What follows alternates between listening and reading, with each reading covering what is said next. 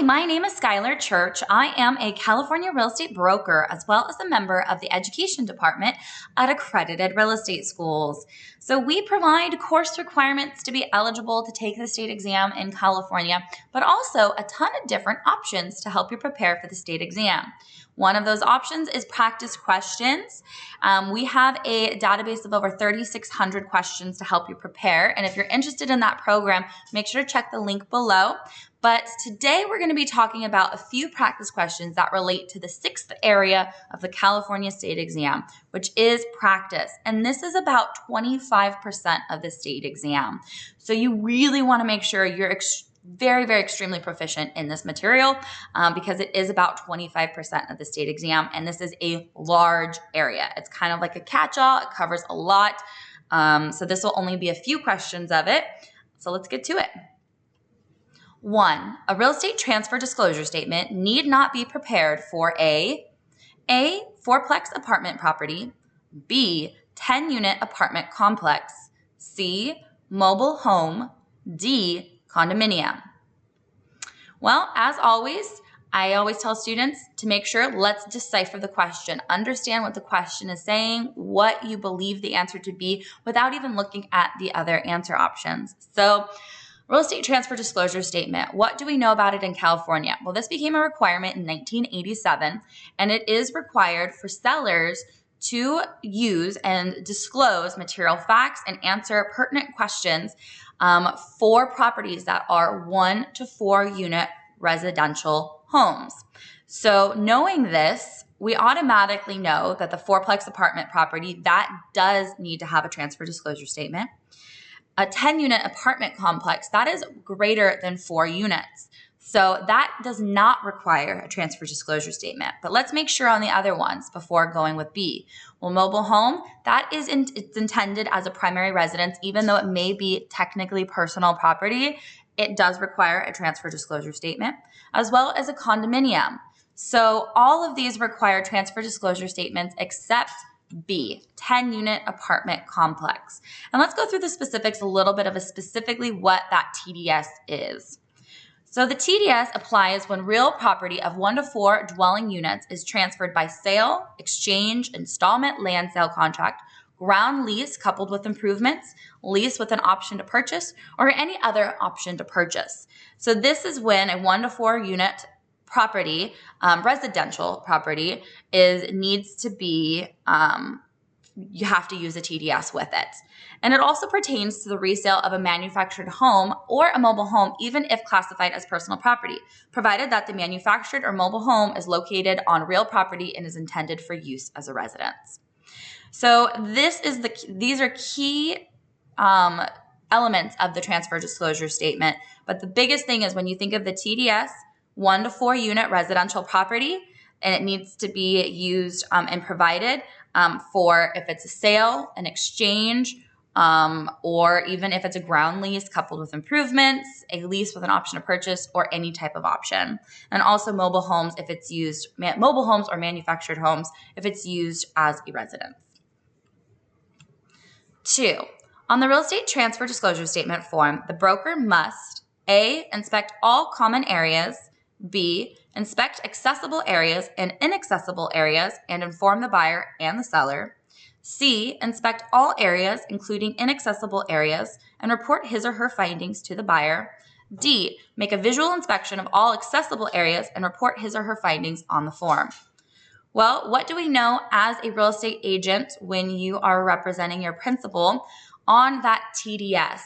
Well, you need to inspect and do a visual inspection of all accessible areas. So if it's an inaccessible area, or for instance, common areas that aren't on the property, then you do not need to do a visual inspection of it. But it has to be all accessible areas, and your findings must be notated on the transfer disclosure statement.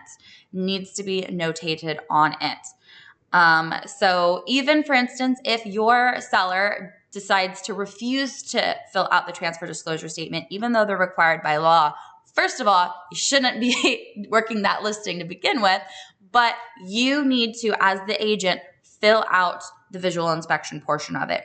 And also remember, there's two portions of it. It's for the agent that representing the seller and the agent representing the buyer. They both do their own visual inspection. So as you can tell, the best answer is D. Make a visual inspection of all accessible areas and report his or her findings on the form. You do not need to inspect the common areas. You do need to inspect accessible areas, but you do not need to inspect inaccessible areas. And then inspect all areas. That word all is key there because it says including inaccessible areas and then reported on the form. So, or report it to the buyer. And remember, this needs to be notified or notated on the form so the seller and buyer both acknowledge your findings. So the visual inspection. So what a little bit about it. So the listing and selling brokers or agents must each conduct a reasonably competent and diligent visual inspection of real property, which consists of 1 to 4 dwelling units that is sold through said brokers or agents. This also includes manufactured or mobile homes, because remember the difference is based on the year that they were built. But agents do not need to inspect areas that are not reasonably accessible, areas off the site of the property, public records or permits concerning the title or use of the property, or the common area if the property is in a common interest development if the seller and the seller's brokerage agents comply with the Civil Code Section 1368. So these are the specifics to that agent visual inspection, that portion of the requirement of the transfer disclosure statement. 3. Intentional concealment by a real estate broker is considered A, negligent misrepresentation, B, legal under a fiduciary duty, C, breach of contract, D, fraud. So intentional concealment, you should automatically be thinking of misrepresentation. Now, what type of misrepresentation? Is it intentional or negligent? Well, it's in the question here. It's intentional concealment. So we know this is intentional misrepresentation, which is another nice way of saying fraud. The way of lying. Even though you didn't maybe specifically lie, you omitted something of relevance, of importance. And so that is still fraud. And to break down what misrepresentation is and the types, so misrepresentation occurs when a principal or agent conceals or falsifies the condition and or other material facts about a property. So we have two types of fraud, two types of misrepresentations. We have intentional misrepresentation and negligent misrepresentation. So intentional misrepresentation is fraud, and that falls under intentionally lying. So actual fraud and negative fraud. Actual fraud is when you say something, you do something that is specifically intentionally lying, fraudulent. Negative fraud, this is where you conceal information. You're omitting information that is relevant to the transaction for a material fact. And then negligent, this sometimes happen, it can be an honest mistake that causes a client harm. You didn't mean for it to happen. It was just something that you missed. So that is negligent misrepresentation, and that is usually covered under your errors and omissions insurance, but always there's exceptions to the case on the rule on everything it is. But you need to have this in mind. 4, a transfer disclosure statement is not required for A, bank foreclosure, B, single-family home sold by an agent, C, single-family home sold for sale by owner, D, fourplex. So as you can tell, we've talked a lot about this TDS because it is vital for when you're practicing, but also you need to really know it for the state exam. That's why we have so many questions on it. So the transfer disclosure statement, as we know, it pertains to 1 to 4 unit dwellings. Well, when is it not needed though? So, okay, we know it's required for single family homes, whether you are you're as an agent are representing the principal. It's the transfer disclosure statement the seller has to fill out as well as the agent portion of it. But this is a requirement in the Civil Code. The transfer disclosure statement is mandated in the California Civil Code, and it's for the seller. The seller has the ultimate responsibility of completing the transfer disclosure statement. So even if it is a FSBO for sale by owner, you need to, as the seller, complete the single family home. If it's a single family home, you need to complete the TDS. Even if there's no agents involved. The good news is, if there's no agents involved, the agent portion of it does not need to be filled out. But the seller has the ultimate responsibility of completing this transfer disclosure statement. and it is required for a fourplex. Remember, 1 to 4 unit dwellings. So a fourplex would be considered within that. So B, C, and D, we know do require the transfer disclosure statement. So just from the process of elimination, bank foreclosure would be the right answer. But why is bank foreclosure the correct answer? Well, there are some exemptions to this. So the following transfers are exempt from the TDS requirements. So one of them, foreclosure sales, whether it is a non-judicial or a judicial foreclosure, those are exempt from requiring the TDS. Most of the time it's because the bank owns the property and they don't really know anything about it anyways because they had just gotten it and now they're going to try to, as we call, dispose of the property by selling it to someone else. So they usually don't know much, so they're exempt from it. Also, new home sales, if they're part of a subdivision project where a public report is available and must be delivered, then the TDS is not required. But if you are a real estate broker and you're selling or representing someone that is purchasing a new home, you still owe the buyer a duty to disclose any material facts which affect the value, desirability, and intended use of the property. Court-ordered transfers, those are exempt. Transfers by a fiduciary in the administration of a decedent's estate, a guardianship, conservatorship, or trust, except for the trustee is a former owner of the property. So there's a lot to this, but the key ones you really need to know for the state exam are the new home ones when there's a public report, foreclosure sales, but also trusts, except if the trustee is a former owner of the property. Also transfers to a spouse or to a person or persons in the lineal line. Transfers resulting from a judgment of dissolution of marriage or of legal separation, or from a property settlement agreement incidental to such a judgment.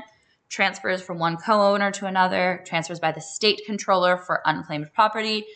Transfers resulting from failure to pay taxes, and transfers to or from any governmental entity. So as you can tell, there are quite a bit of exemptions, but the ones you need to know about are the new homes, when the public report is available, foreclosures, and trusts. If the transfer is by a trust, except if the trustee is a former owner. Those are the big ones you really need to know for the state exam. But here's the list of it. Make sure to review this though. 5, the following practice is illegal. A, keep the seller's secret that he or she is getting a divorce. B, refuse to disclose the religion of the seller. C, keep the seller's secret that the roof leaks. D, refuse to disclose the race of a prospect. So automatically, there are obvious fair housing issues here. So you should refuse to disclose the religion of the seller or the race of the prospect. That is fair housing issues, and you are not allowed to do that. So if you disclose the religion of the seller or disclose the religion of a prospect, then it'd be illegal. But refusing to do so, that is not illegal. And keeping the seller's secret that he or she is getting divorced, that is not a material fact to the transaction. So that is not illegal to keep that information privy as part of your fiduciary duty. That is not a material fact to the transaction. Now, so the best answer automatically based on the process of elimination is C, keep the seller's secret that the roof leaks. Well, that is a material fact and you must disclose it because remember, as an agent, you are have a duty of honest and fair dealing to the other third parties in the transaction, as well as disclosure of material facts. And a leaky roof is a material fact that must be disclosed. So that is very important, and it would be illegal for you to not disclose a leaky roof. Also, a big one that shows up on the state exam is extensive plumbing repairs. That's a big one as well. Those are important to know about as they are the commonly used material facts that must be disclosed for state exam purposes. So that is it for this video. I hope you got a lot out of it and you learned a little bit more about that 6th area of the state exam of real estate practice, which is about 25%. If you want more questions or more preparation tools, make sure to check out our website at accreditedschools.com. We have a lot of exam preparation material tools to help you study, and our practice questions we actually have categorized into these 7 areas. So if you're wanting more questions just on practice, we have that for you. So I hope you've enjoyed this, but good luck with your licensing journey. I'm Schyler with Accredited Real Estate Schools.